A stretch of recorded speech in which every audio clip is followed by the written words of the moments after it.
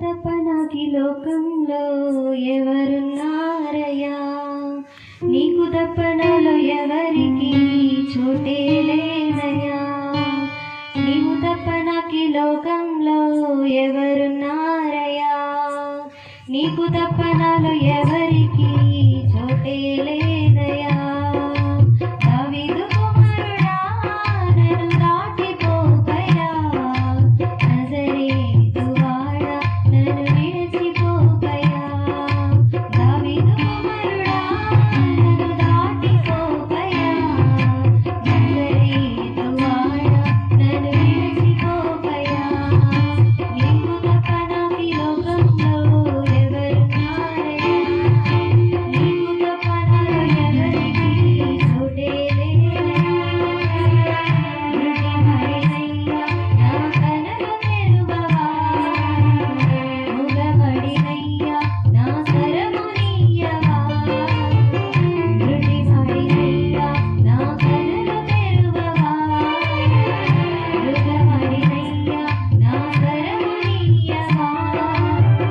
కుంటివాడినయ్యా నా తోడు నడువవా, కుంటివాడినయ్యా నా తోడు నడువవా. దావీదు కుమారుడా నన్ను దాటిపోకయ్యా, నజరేతు వాడా నన్ను విడిచిపోకయ్యా.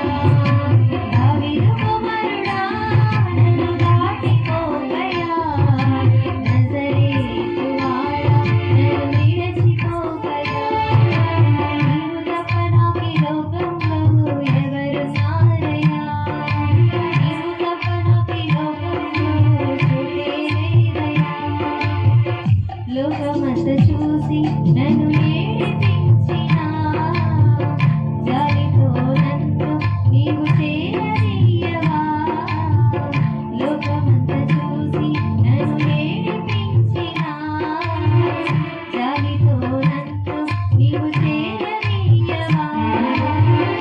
ఒంటరినైనా నా తోడు నిలువవా, ఒంటరినైనా నా తోడు నిలువవా. దావీదు కుమారుడా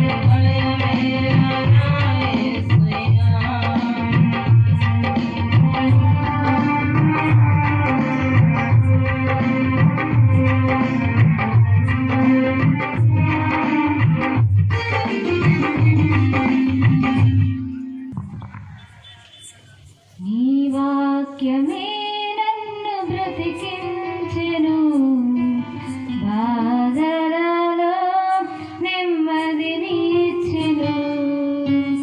నీ వాక్యమే నన్ను బ్రతికించెను బాధలలో నెమ్మదినిచ్చెను కృపాశక్తి దయాశక్తి సంపూర్ణుడా వాక్యమై ఉన్న యేసు వందనమయ్యా కృపాశక్తి దయాశక్తి సంపూర్ణుడా వాక్యమై ఉన్న యేసు వందనమయ్యా నీ వాక్యమే నన్ను బ్రతికించెను బాధలలో నెమ్మదినిచ్చెను నీ వాక్యమే నన్ను బ్రతికించెను బాధలలో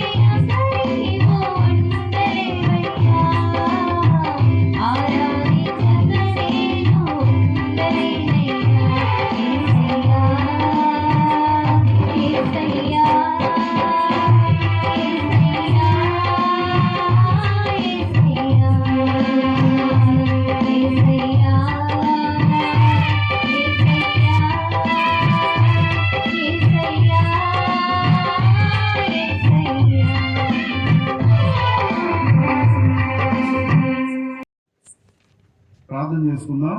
దేవుని వాక్యాన్ని ధ్యానం చేసే ముందుగా చిన్న ప్రార్థన చేసుకొని దేవుని వాక్యాన్ని ధ్యానం చేద్దాం. పరిశుద్ధుడా, ప్రేమ కలిగిన తండ్రి, మీకు వందనాలు.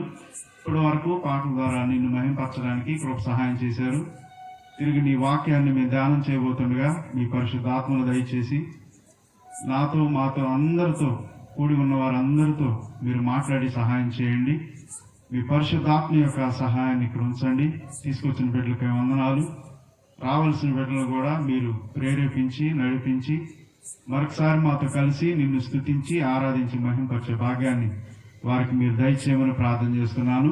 తిరిగి నా తండ్రి, మీ వాక్యాన్ని మేము ధ్యానం చేయబోతుండగా నిలబడుచున్న నన్ను బలపరిచి నా ద్వారా కూడుకొని ఉన్నటువంటి వారితోనూ ఈ యంత్ర శబ్దం ద్వారా వినుచున్న ప్రియులందరికీ కూడా మీ మాటలు అందించి వారికి ఆయన మీ మాటల ద్వారా బలాన్ని చేకూర్చి మీరు నడిపించి సహాయం చేయమని ప్రార్థన చేస్తూ ఈ స్థలం అంతటిని మీ అధికారంలో తీసుకొని సాతానికి దుష్టుడికి మాత్రం చోటు లేకుండా సహాయం చేయమని నజరేయుడైన యేసుక్రీస్తు నామమున అడిగి వేడుకొని ప్రార్థిస్తున్నాను మా తండ్రి, ఆమేన్. దేవుని యొక్క వాక్యంలో నుండి కొన్ని మాటలు మనం చదువుకుందాం. కూడి వచ్చిన మీ అందరికి కూడా నా హృదయపూర్వక వందనాలు తెలియజేస్తున్నాను. యోహాను సువార్త 15వ అధ్యాయం దేవుని వాక్యంలో కొన్ని మాటలు మనం నేర్చుకున్నాం. యోహాను సువార్త 15వ అధ్యాయం 8వ వచనాన్ని ఒకసారి చూడండి. మీరు బహుగా ఫలించుట వలన నా తండ్రి మహిమపరచబడును. మీరు బహుగా ఫలించుట వలన నా తండ్రి మహిమపరచబడును. అంటే దేవుని ఉద్దేశం ఏంటి? దేవుడు మనం బహుగా ఫలించాలని కోరుకుంటున్నాడు. ఫలించటం వేరు, బహుగా ఫలించటం వేరు. దేవుడు ఒక వ్యక్తి ఫలించాలని కోరుకుంటాడు. ఫలించాలి. బైబిల్లో అనేక సందర్భాల్లో మనం చూస్తాం దేవుడు అనేకుల్ని ఆశీర్వదించినట్టుగా మనం బైబిల్లో చదువుతాం. ఆదికాండం 1వ అధ్యాయం 28వ వచనంలో అవ్వ ఆదామును దేవుడు ఆశీర్వదించి ఏం చెప్పాడు చూడండి. ఆదికాండం 1వ అధ్యాయం 28వ వచనంలో అవ్వ ఆదాములను ఇద్దరిని పిలిచి దేవుడు వారిని ఆశీర్వదించి ఏం చెప్పాడు చూడండి. ఎట్లనగా మీరు ఫలించి అభివృద్ధి పొంది విస్తరించి భూమిని నిండించి దానిని లోబర్చుకొనుడి. చూసారా? 5వ వచనం చూడమ్మా, 27. దేవుడు తన స్వరూపమందు నరుని సృజించెను, దేవుని స్వరూపమందు వారిని సృజించెను, స్త్రీని గాను పురుషుని గాను వారిని సృజించెను. చూడండి, దేవుడు మనుషులను సృజించెను అనే పదాన్ని తీసుకోండి. దేవుడు మనుషులను సృజించిన దేవుడు మనుషుల్ని ఏం చెప్పమంటున్నాడు? మీరు ఫలించి అభివృద్ధి పొందండి, మీరు ఫలించండి, ఫలించండి. దేవుడు ఫలించండి అని ఎందుకు కోరుకుంటున్నాడో మనకు అర్థం కావాలి. ఆదికాండం 9వ అధ్యాయం చూడమ్మా, 1వ వచనం చూడు. ఆదికాండము 9వ అధ్యాయం ఈ నోవహు కుటుంబంతో దేవుడు మాట్లాడుతూ ఏం చెప్తున్నాడు? మరియు దేవుడు నోవాహును అతని కుమారులను ఆశీర్వదించి ఫలించి మీరు ఫలించి అభివృద్ధి పొంది భూమిని నింపుడి. చూసారా? దేవుడు ఆశీర్వదించి ఫలించండి అని కోరుకుంటున్నాడు. ఎందుకు ఇంతమందిని మనం ఎందుకు ఎగ్జాంపుల్ గా ఎందుకు చూపించాను నేను? ఈ దేవుని ఉద్దేశం ఏంటి దీనిలో అంటే మీరు ఫలించాలి, ఫలించాలి, ఫలించాలి. దేవుడు మనం ఫలించాలని కోరుకుంటున్నాడు. దేవుడు వారిని ఆశీర్వదించబడిన వారు ఫలించాలి, ఆశీర్వదించబడిన వారు ఫలించాలి. ఎందుకు ఫలించాలి? నువ్వు ఫలిస్తే గాని దేవునికి మహిమ రాదు. అర్థమైందా? దేవుడు మనల్ని ఎందుకు ఫలించాలని కోరుకుంటున్నాడు? నువ్వు ఫలిస్తే గాని దేవునికి మహిమ రాదు. దేవుడు ఆశీర్వదించిన వారు ఫలించాలి, ఫలిస్తే తప్ప దేవునికి మహిమ రాదు. మరి మన జీవితంలో ఫలం ఏమైనా ఉందా? మన జీవితంలో ఫలం ఉందా? ఏ విధంగా మనం దేవుని కోసం ఫలిస్తున్నాం? లేకపోతే దేవుడు అసలు మనల్ని ఏ విధంగా ఫలించమని కోరుకుంటున్నాడు? కొంతమందికి అర్థం కాదు, ఏంటబ్బా ఏం ఫలించాలి నేను అని అనుకుంటా ఉంటారు. సరే, మనకు అర్థం కానప్పుడు ఏం చేయాలా? దేవుడిని అడగాల.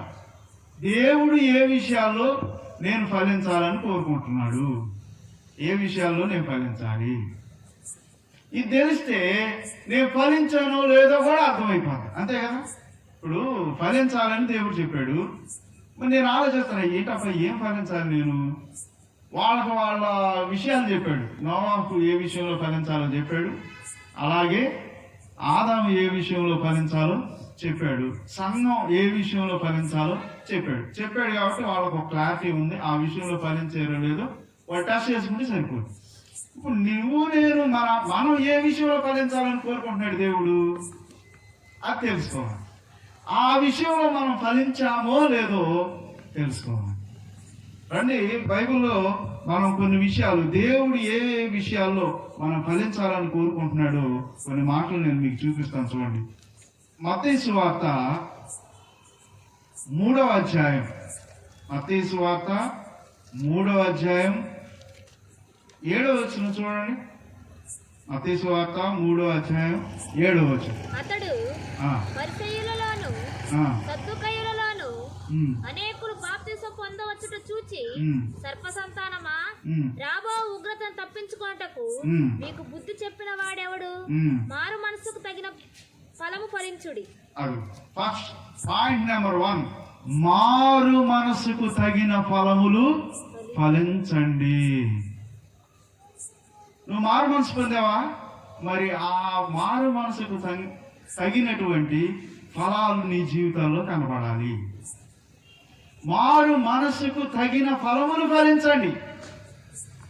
కాబట్టి దేవుడు ఏ విషయంలో మనం ఫలించాలని కోరుకుంటున్నాడు? మారు మనసు విషయంలో మనం ఫలించాలని కోరుకుంటున్నాడు. ఒక ఆయన ఒక కథ చెప్తుంటే విన్నాను, అది ఇప్పుడు గుర్తొచ్చింది నాకు. ఒక ఆమె భర్తను ఎప్పుడు తిడతా ఉంటుందంట, నువ్వు తాగిపోతాడు, నువ్వు అది చేస్తావు ఇది చేస్తావు అని ఎప్పుడు తిడతా ఉంటుందంట భర్తను. ఏమి అట్లాగో రక్షణ పడింది, మారు మనసు పొందింది, ప్రార్థనకు వెళ్తాను. ఇంతకు ముందేమో డైరెక్ట్గా తిట్టేది, మొహం మీద తిట్టేది భర్తని. ఇప్పుడు ఏం చేస్తుందో తెలుసా? మోకాళ్ళు వేసి ఇంట్లో కూర్చొని ప్రార్థన చేస్తున్నట్ట. ప్రభువా ఆయన అట్టాటోడు ఎట్టాటోడు, అవి తీసేయి, ఇది కాళ్ళు తీసేయి, చేతులు తీసేయి, ఆడు పోతే బాగుండిద్ది అని ప్రార్థన చేస్తున్నట్టు. ఈ ప్రార్థన దేవుడు అనలేదు కానీ గోడ పక్కన అప్పుడే తాగి వచ్చాడంటాడు. ఆడన్నాడంట, నన్ను నా కాళ్ళు పోవాలి చేతులు పోవాలని ప్రార్థన చేస్తావని ఈ బగలు కొట్టాడు. చూడండి, మారు మనసుకు తగిన ఫలం. అంతకుముందు భర్తను ఎలా చూస్తుందో మారు మనసు పొందిన తర్వాత కూడా అలాగే చూస్తుంది. ఇంకేంటి దాని ఫలం ఏముంది? నువ్వు అంతకు ముందు ఎలా ఉన్నావో ఇప్పుడు అలాగే ఉన్నావు, అంతకుముందు ఎలా మాట్లాడుతున్నావు ఇప్పుడు అలాగే మాట్లాడుతున్నావు. ఇప్పుడు లోకంలో ఉన్నప్పుడు నువ్వు జీవించే విధానాన్ని బట్టి నువ్వు మాట్లాడే తీరు ఒకలా ఉండొచ్చు, కానీ దేవుని నమ్మిన తర్వాత దేవుని పద్ధతుల్లో మాట్లాడాలి. అర్థమవుతుందా? బైబిల్ గ్రంథం చెబుతుంది, నువ్వు వాక్యం చెప్పొద్దు నీ భర్తకి, లేకపోతే నువ్వు ప్రార్థన చేయొద్దు, ఇంకోటి చేయొద్దు, ఏమి చేయొద్దు. నీ భర్త మారాలని నువ్వు అనుకుంటే ఏం చేయమని చెప్పాడు చెప్పండి బైబిల్లో? ఏం చేయమని చెప్పాడు? అది మా అమ్మ చెప్తుంది. ఎలా వాక్యం చెప్పన్నాడా? నీ భర్తకు వాక్యం చెప్పన్నాడా? లేకపోతే నీ భర్తకి నీ సాక్ష్యం చెప్పన్నాడా? లేకపోతే ఎవరినైనా తీసుకెళ్ళి సాక్ష్యాలు చెప్పమన్నాడా? ఏమి లేదు. నీ భర్త మారాలనుకుంటే నీ ప్రవర్తన జాగ్రత్త చేసుకోవాలి. ఇప్పుడు మారు మనసుకు తగిన ఫలం అది. నువ్వు అంతకుముందు పరిస్థితులలాగే చేస్తూ ఉంటే ఇంకా దాని ఫలం ఎక్కడి నుంచి వచ్చి దేవుడు ఎక్కడ తీసుకుంటాడు ఆ ఫలాన్ని? కాబట్టి దేవుడు మనలో కోరుకుంటున్న మొట్టమొదటి ఫలం ఏంటంటే మారు మనసుకు తగిన ఫలం ఫలించండి. మారు మనసు అంటే మనసు మార్చుకోవడమే కదా, మనసు మార్చుకోవడమే. అంతకు ముందు మనసు మళ్ళీ రిపీట్ అవుతుందంటే అది మారు మనసు ఎందుకైంది? దానిలో ఫలం ఎక్కడ ఉంది? జీవం లేని దానిలో ఫలం ఎక్కడి నుంచి వచ్చింది?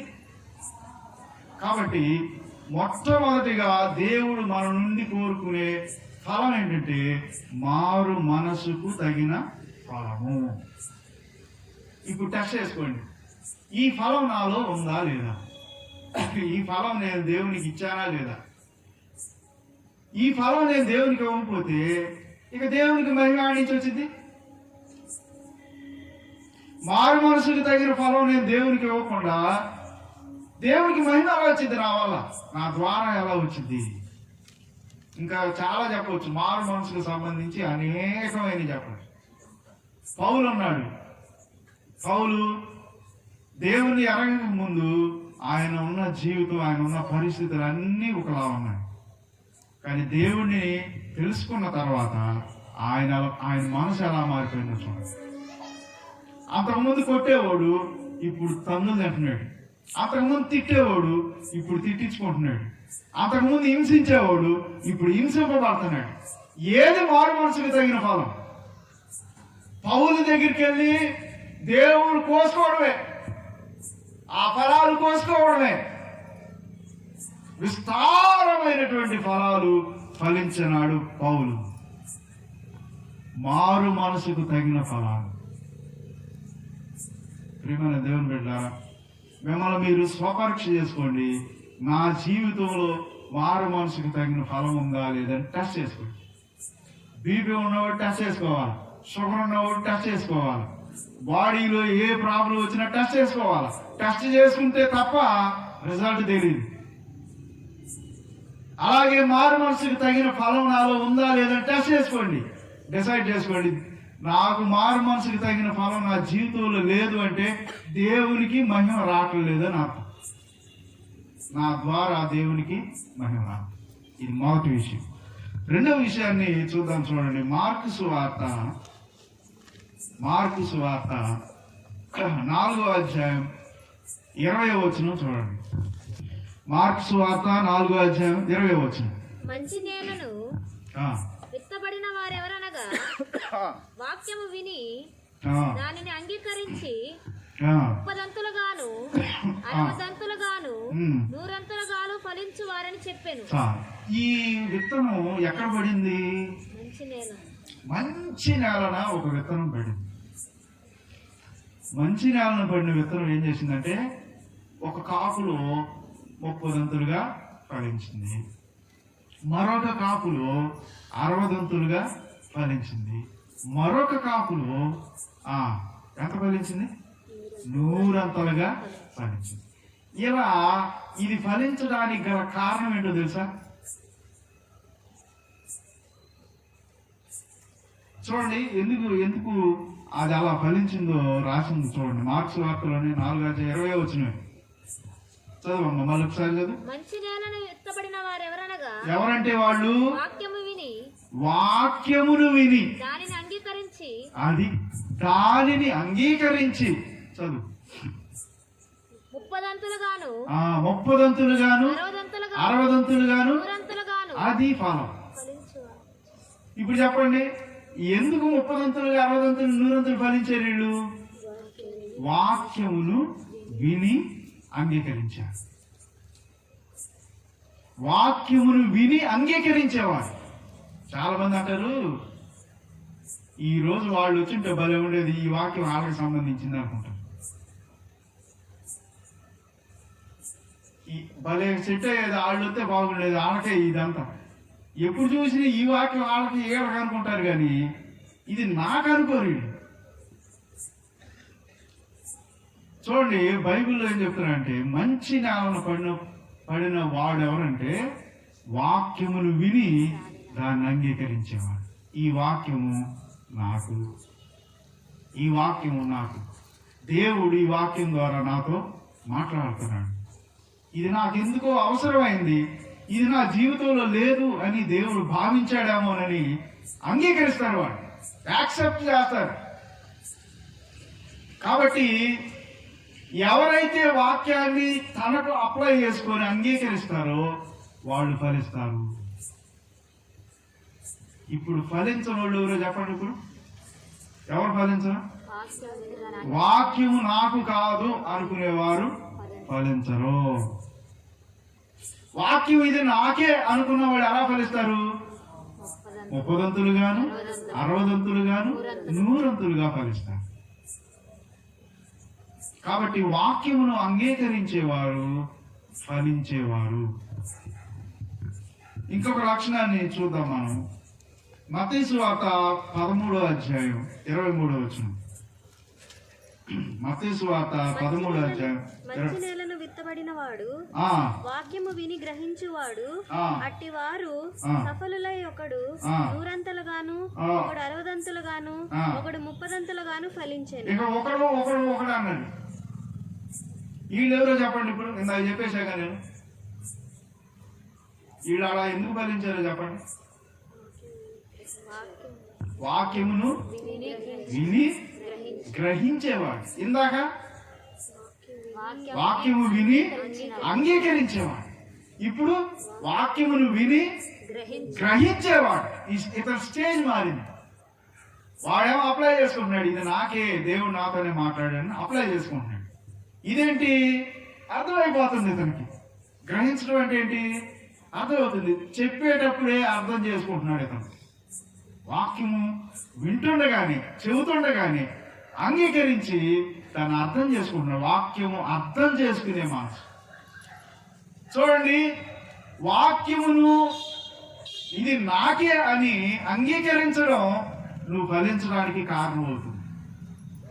వాక్యమును విని గ్రహించడం నువ్వు ఫలించడం అవుతుంది.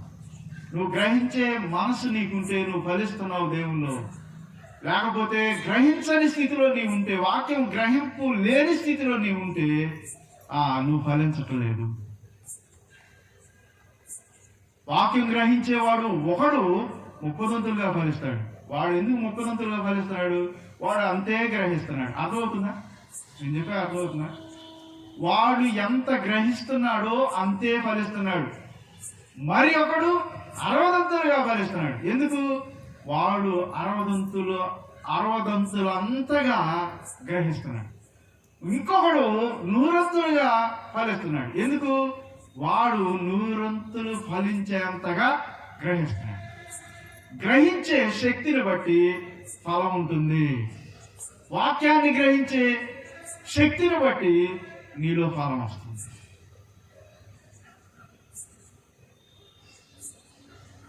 కాబట్టి ప్రియమైన దేవుని బిడ్డలారా, దేవుడు కోరుకునేటువంటి ఫలాలు మనలో రాకపోవడానికి కారణం ఏంటంటే, మొట్టమొదటిది చెప్పండి ఏంటో, మారు మనసుకు తగినట్లుగా జీవించకపోవడం. 2, వాక్యమును విని అంగీకరించకపోవడం. 3, వాక్యమును విని గ్రహించకపోవడం. ఈ లక్షణాలు మనలో ఉంటే ఫలించదు. 4వ విషయాన్ని చూద్దాం. చూడండి, లూకాసు వార్త 8వ అధ్యాయం. లూకాసు వార్త 8వ అధ్యాయం 15వ వచనం. మంచి నేల నుండి విత్తనమును పోలిన వారెవరనగా, యోగ్యమైన మంచి మనస్సుతో వాక్యము విని దానిని అవలంబించి ఓపికతో ఫలించువారు. ఇప్పుడు చెప్పండి, వీళ్ళు ఎందుకు ఫలిస్తున్నారు? వాక్యమును విని చేస్తున్నారంట. వాక్యాన్ని విని ఏదైతే వింటున్నారో దాని ప్రకారంగా జీవిస్తూ ఉన్నారు. కానీ వీళ్ళు ఫలించడానికి చాలా ఓపికగా ఫలిస్తున్నారంట. వీళ్ళు టైం తీసుకుంటున్నారు. వీళ్ళు కొన్నిసార్లు మేము ప్రార్థన చేస్తున్నాం, దేవుడు మాకేం ఇవ్వట్లేదు, ప్రార్థన చేస్తున్నాం, ఓపిక లేదు ఎవరికి. కొంచెం దేవుడు ఆలోచన చేస్తే ఓపిక ఉండదు.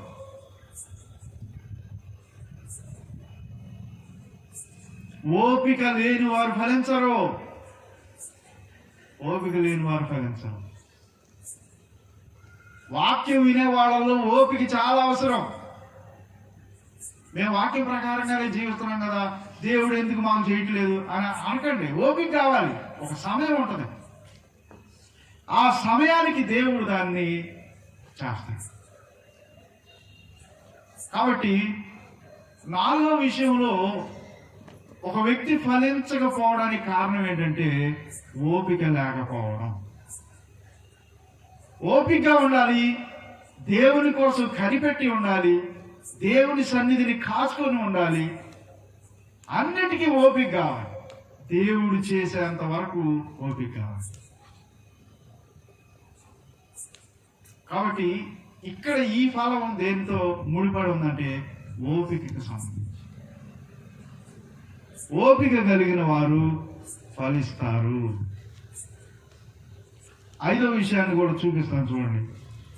కీర్తనల గ్రంథం 1వ అధ్యాయం 1 నుండి 3 వచనాలు మనం 3వ వచనం చదివితే, అతడు నీటి కాలువ ఎవరైనా నాటబడినదై ఆకు వాడక కాలమందు ఫలమిచ్చే చెట్టు వలె నుండును. చూడండి, తన కాలమందు ఫలమిచ్చు చెట్టు వలె ఉండును. అతడు నీటి కాలువ ఎవరైనా నాటబడిన వాడు. చూడండి, ఒక వ్యక్తి నీటి కాలువ ఎవరైనా నాటబడిన వాడైతే అతడు ఫలిస్తాడు. ఎప్పుడు ఫలిస్తాడని చెబుతున్నాడు బైబిల్లో? తన కాలం రావాలి. సమయం కోసం ఎదురు చూడాలి, ఓపిక కలిగి ఉండాలి. ఇందాక ఓపిక కలిగి ఉండాలన్నాను, ఇప్పుడు టైం కలిగి ఉండాలి. ఇది నా టైం కాదు, నా కాలం కాదు. ఒకసారి చాలా మంది అప్పట్లోనే చాలా ప్రశ్నలు అడిగేవాడు యూత్. అంజూరపు చెట్టు కాలం కాని టైంలో యేసు ప్రభు వెళ్ళి కాయలు కావాలంటే యాడ్ నుంచి వస్తాయి అని అడిగింది. కానీ అంజూరపు చెట్టుకు ఉన్న లక్షణం ఏంటో తెలుసా? అది కాలం అయినా కాకపోయినా అది అన్ని కాలాల్లో కాస్తుంది. ఇది ప్రకటన గ్రంథంలో రాసింది. ఇంటికి వెళ్ళిన తర్వాత అకాలపు కాయలు రాలుతాయి అని ప్రకటన గ్రంథంలో రాసింది. ఫుట్నోట్లో కూడా ఉంటుంది, మీరు ఇంటికి వెళ్ళి చెక్ చేసుకుని కావాలండి. కాబట్టి ఒక సమయం కోసం ఎదురు చూసే ఒక సమయం నాకుంది అని గ్రహించేటువంటి మనసు లేకపోతే మనం ఫలించడానికి రీజన్ చెప్తున్నాను, అందులోనే ఫలించకపోవటానికి కూడా రీజన్ చెప్తున్నాను. నేను తన కాలమందు ఫలమిచ్చు చెట్టు వలె ఉంటాడు. ఎవరు అంటే పైన చెప్పాడు మొదటి వచనం నుంచి 3 పనులు చేయొద్దు అన్నాడు. నీ కాలంలో నువ్వు ఫలించాలంటే నువ్వు 3 పనులు చేయవాక. 1, దుష్టుల ఆలోచన చొప్పున నడుచుకోవద్దు. 2, పాపుల మార్గంలో నిలిచి ఉండొద్దు. 3, అపహాసకులు కూర్చుండే చోట కూర్చోవద్దు. ఇంపార్టెంట్ విషయం ఇప్పుడు చెబుతున్నాడు. యెహోవా ధర్మశాస్త్రమునందు ఆనందించుచు దివారాత్రములు దానిని ధ్యానించువాడు ధన్యుడు. అతడు ఎతడు దివారాత్రములు ధ్యానించువాడు అతడు. ఇప్పుడు చెప్పండి, ఒక వ్యక్తి ఫలించాలంటే ఏం కావాలంట? దివారాత్రులు దేవునిని ధ్యానించాలి. అతడు తగిన కాలమందు ఫలిస్తాడు. ఇతడు దివారాత్రులు ఈ ధ్యానం అనేది చెయ్యాలంటే 3 చోట్లకి వెళ్ళకూడదు. 1, దుష్టుల దగ్గరికి వెళ్ళకూడదు, దుష్టుల ఆలోచనలోనికి వెళ్ళకూడదు, దుష్టుల ఆలోచన చొప్పున నడవకూడదు. ఇది మొదటి విషయం. ఎందుకంటే టైం వేస్ట్ చేయడానికి రెడీగా ఉంటారండి. నీ ఆలోచనలు లేనిపోయి అన్ని పెట్టేస్తారు వాళ్ళు. ఎందుకంటే దుష్టుల ఆలోచనలు బాగా ఆ దుష్టుడు ఎవరు? బైబిల్లో దుష్టుడు అని ఎవరు పిలుస్తారు? సాతానికి మరో పేరు దుష్టుడు. దుష్టుడి యొక్క ఆలోచనలు గల వాళ్ళు చాలా మంది ఉన్నారు భూమి మీద. వీళ్ళేం చేస్తారో తెలుసా? మన ఆలోచనల్ని, మన టైంని, మనల్ని కిల్ చేసేటువంటి పరిస్థితులన్నీ వాళ్ళు తీసుకొని వస్తారు. వచ్చేసి ఆడబోదారు, ఏడబోదారు, ఆ కప్పులు, ఈ కప్పులు, ఇదంతా సోది. ఈ టైం అంతా వేస్ట్ అయిపోయింది. కాబట్టి ప్రియమైన దేవుని బిడ్డలారా, ఎవరు ఫలిస్తారు? తన కాలం ముందు ఎవరు ఫలిస్తారు అంటే దివారాత్రులు దానిని ధ్యానించేవాడు. దేవుని వాక్యాన్ని దివారాత్రులు ధ్యానించేవాడు ఫలిస్తాడు. దివారాత్రులు దేవుని ధ్యానించకుండా దుష్టుల ఆలోచన చొప్పున, పాపుల మార్గమున, అపహాసకులు కూర్చునే ఈ ప్లేసుల్లో కూర్చునేవాడు ఎప్పటికీ ఫలించడు. కింద ఉండిద్ది, అతడు చేయనదంతయు సఫలము. ఎవరు చెప్తారు ఈ మాటలు మీకు? దేవుడి కంటే గొప్పగా చెప్పేవాళ్ళు ఎవరున్నారు? ఓ చిన్న పిల్లోడిని మనం చేతిలో తీసుకొని, అరే అక్కడికి వెళ్ళొద్దురా, ఇక్కడికి వెళ్ళొద్దురా, ఇది చెయ్యొద్దురా, అది చెయ్యొద్దురా, అది వద్దురా, ఇది వద్దురా అని ఎందుకు చెప్తాం మనం? పిల్లల మీద ప్రేమ లేదు కాబట్టి అన్నీ చెప్తాం వాళ్ళకి. దేనికి చెప్తారు? ప్రేమతో చెప్తాం మనం. అలాగే దేవుడు కూడా మీరు ఫలించండి, ఫలించండి, ఫలించండి అని ఎందుకు చెప్తున్నాడు? చాలా ప్రేమించాడు మనం. నీలో ఫలం చూడాలనుకున్నాడు ఆయన. మారు మనసు ఫలం చూడాలనుకున్నాడు. వాక్యమును అంగీకరించే ఫలం చూడాలనుకున్నాడు. వాక్యమును అనుసరించే ఫలాన్ని చూడాలనుకున్నాడు. ధర్మశాస్త్రం ముందు ఆనందించే ఫలం చూడాలనుకున్నాడు. ఎన్ని రకాల ఫలాలు చూడాలనుకున్నాడు. వీటన్నిటి ద్వారా నువ్వు ఫలిస్తావు బిడ్డ అని చెప్తున్నాడు దేవుడు.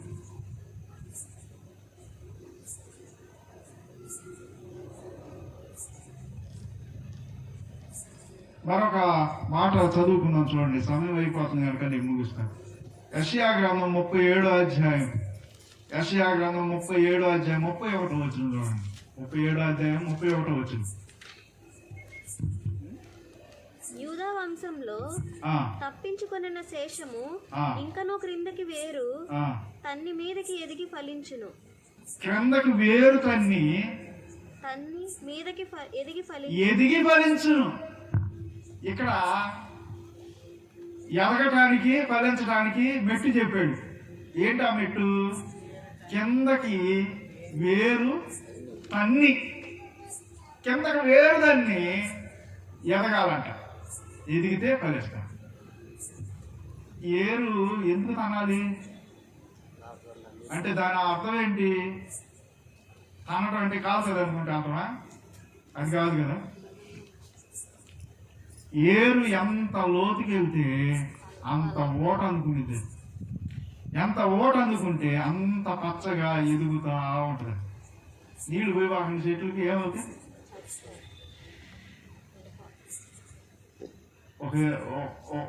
అదే విత్తనాలు చదివితే ఆడబడ్డాయి అంట. రాతి నేల పడిన విత్తనం మొక్క వచ్చిందంట, కానీ అది చచ్చిపోయింది. ఎందుకు? ఏరు లేనందువల్ల. ఈ ఏరు దేనికి సూచిస్తుందంటే లోతైన అనుభవానికి సూచిస్తుంది. మన జీవితంలో లోతైన అనుభవాన్ని వేసుకోకపోతే మనం తన్ని పైకి ఎదిగి ఫలించాలి.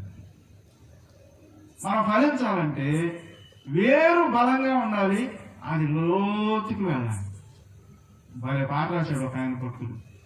లోతైన జలములలో లోతున వినబడు స్వరమా, లోబడుటకు నేర్పించి లోపంబులు సరిచేసి లోనున్న ఈవులను లోకైన నా బ్రతుకు లోపించని అర్పణగా లోకేశ చేయుమయా, నడిపించు నానావా. ఎంత బాగా చూడు. లోతైన దానిలో ఏమేమి దొరుకుతాయి అన్ని రాసుకున్నాడు ఆయన. గుర్తుపెట్టుకోండి ప్రియమైన దేవుని పెట్టండి, మనం లోతుకి వెళ్ళకుండా ఫలించాలి. చేపలు పట్టుకున్నారు, బాగా పడతా ఉన్నారు చేపలు.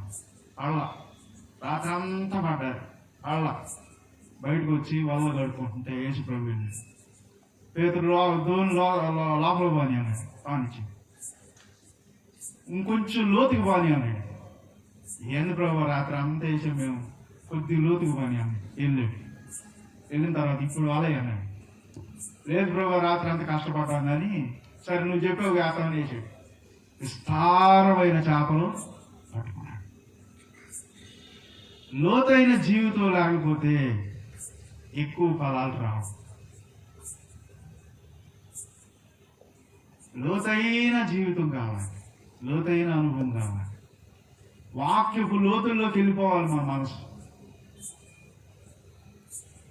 ఏమి లేదు, దేవుళ్ళలోనికి మనం వెళ్ళిపోతే మన మనసు ఆయనతో ఏకాగ్రతగా ఐక్యమైపోతే ప్రపంచం మొత్తం సైలెంట్ అయిపోయింది. ఇంకేది కనపడదు మనకి. లోతైన అనుభవాల్లోనికి ప్రయాణం. ఫైనల్గా చెప్తున్నాను, మనం ఇవన్నీ ఫలించకపోవడానికి ఇంకో కారణం, మెయిన్ కారణం. ఈ విషయంలో దేవుడు ఏం చేస్తాడో మనం అది చేయాలి. నేనైతే ఇది బాగా నేర్చుకున్నాను, మీకు కూడా చెప్తున్నాను.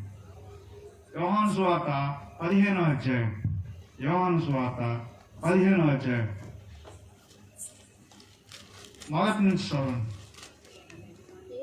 నేను నిజమైన ద్రాక్షావల్లిని, నా తండ్రి వ్యవసాయకుడు. నాలో ఫలింపని ప్రతి తీగను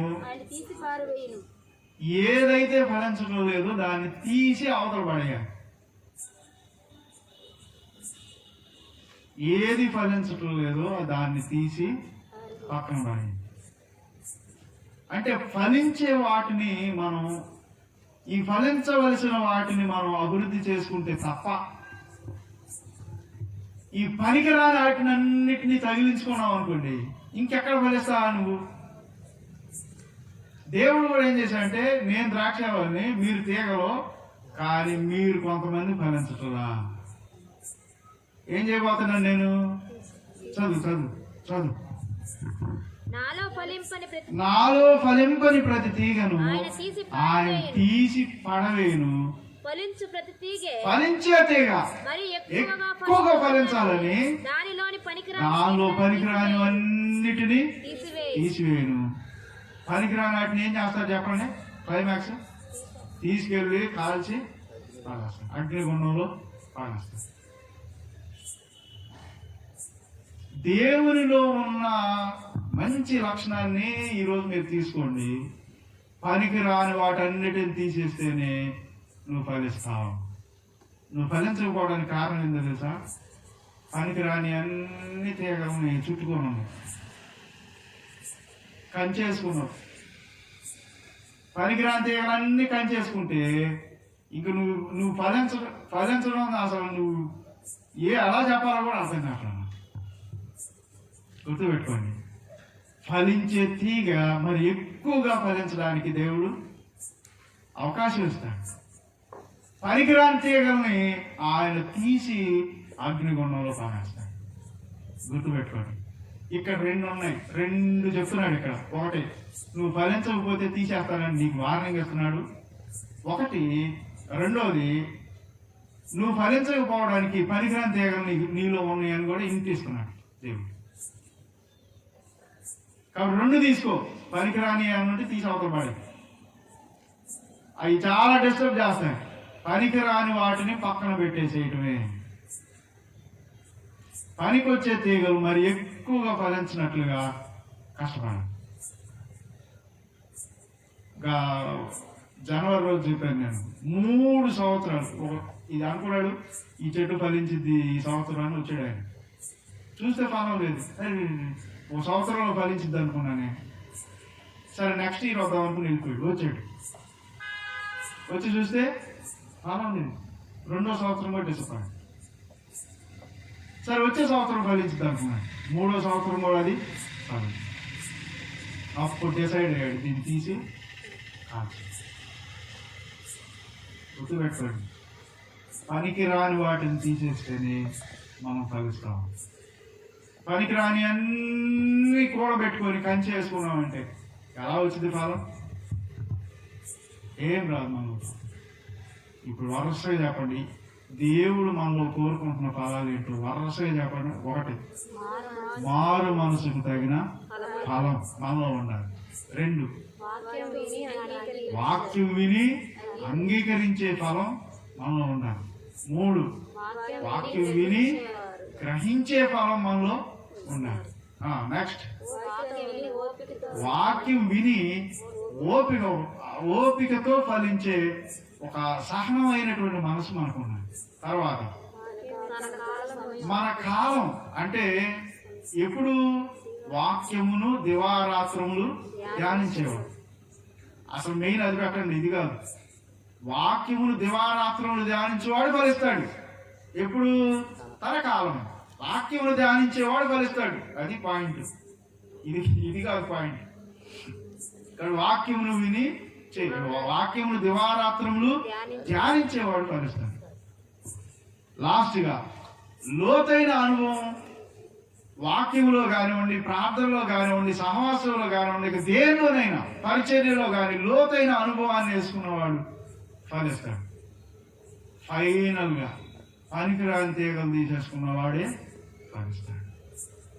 ఎలా ఫలిస్తాడో ఇప్పుడు చెప్తున్నాను. వారి సామర్థ్యం కొద్దీ ఫలిస్తాడు. ఒకడు 30 దంతులుగా ఫలించవచ్చు, ఇంకొకడు 60 దంతులుగా ఫలించవచ్చు, ఇంకొకడు 100 దంతులుగా ఫలించవచ్చు. మన సామర్థ్యాన్ని బట్టి మనం ఫలిస్తాం. కాబట్టి ప్రియమైన దేవుని బిడ్డలారా, ఈ రాత్రికాల సమయంలో నేను ఈ మాటలు ముగిస్తున్నాను. మీరు ఎలా ఫలిస్తున్నారో లేక ఫలం మీలో ఉందో లేదో ఒకసారి చెక్ చేసుకోండి. మీలో ఫలం లేకపోతే, ఏ ఫలం లేకపోతే దేవుడికి మహిమ రాదు. అది గుర్తుపెట్టుకోండి. ఫలం లేకపోతే మహిమ రాదు దేవుడికి. ఇంకొక ఫలం చెప్తాను నేను, అది చెప్పబోతే కడుపు ఉబ్బిపోయేటట్టు. గలతీ పత్రికలో ఏముంది? ఆత్మ ఫలమేమనగా, ఆత్మ ఫలమేమనగా 5:22 వచ్చిన చదువు మరి.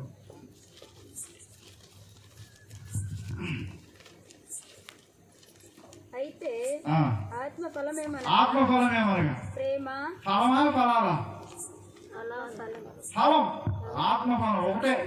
ఇదన్నీ కలిపి ఒక ఫలం. చెప్పండి. ప్రేమ ఉందా నీలో? సంతోషం, సమాధానం, దీర్ఘశాంతం, దయాళత్వం, మంచితనం, విశ్వాసము, సాత్వికము, ఆశానిగ్రహం. చాలు. ఇగో ఇవన్నీ కలిపి ఒక ఫలం. ఇవన్నీ మీలో ఈ ఫలాలు ఉన్నాయా? దేవుడు కోరుకునే ఫలాలమ్మా. దేవుడు కోరుకునే ఫలాలు. ఎవరైనా చెప్తే ఫలాలంటే ఏమనుకుంటారంటే, మంచి కారు ఉన్నావుగా భలే ఫలించావు అనుకుంటారు. ఇది మనుషుల థాట్స్. దేవుడు కోరుకునే ఫలాలు ఇవి. ప్రేమ, సంతోషం, దీర్ఘశాంతం, దయాళత్వం, విశ్వాసం, ఆశానిగ్రహం. ఇవి నీ జీవితంలో ఉంటే నువ్వు ఫలించినట్టే. వీటి కోసం పనికిరాని తీగలన్నిటిని తీసేసుకోండి, డెవలప్ చేసుకోండి. దేవుడు మిమ్మల్ని బట్టి మహింపరచబడతాడు. అప్పుడు ఫైనల్ ఇంకో మాట చెప్పాలి. అప్పుడు ఏమంటది బైబిల్? ఏముందంటే, మీరు బహుగా ఫలించటం వలన నా తండ్రి మహింపరచబడును, దీనిని బట్టి మీరు నా శిష్యులగుదురు అని అంటారు. ఏమవుతారట? దేవుని బిడ్డలుగా, దేవుని శిష్యులుగా, దేవుని సేవకులుగా, లేకపోతే దేవుని పరిచారకులుగా, దేవుని కోసం ఏదన్నా చేసే ఒక వ్యక్తిగా నువ్వు ఉండాలి అంటే ఇదిగో ఈ లక్షణాలు నీలో ఉండాలి. దేవునికి మహిమ ఇదిగో ఈ లక్షణాలను బట్టి వచ్చింది. కాబట్టి మీరు దేవుని కోసం ఫలించడానికి వీటన్నిటినీ అప్లై చేసుకొని డెవలప్ చేయండి. మీరు 30 దంతులు, 60 దంతులు, 100 దంతులుగా మీ సామర్థ్యం కొద్ది ఫలించండి. దేవునికి అత్యధిక మహిమ తీసుకురండి. దేవుడి మాటలు దీవించి ఆశీర్వదించును గాక. ఆమేన్.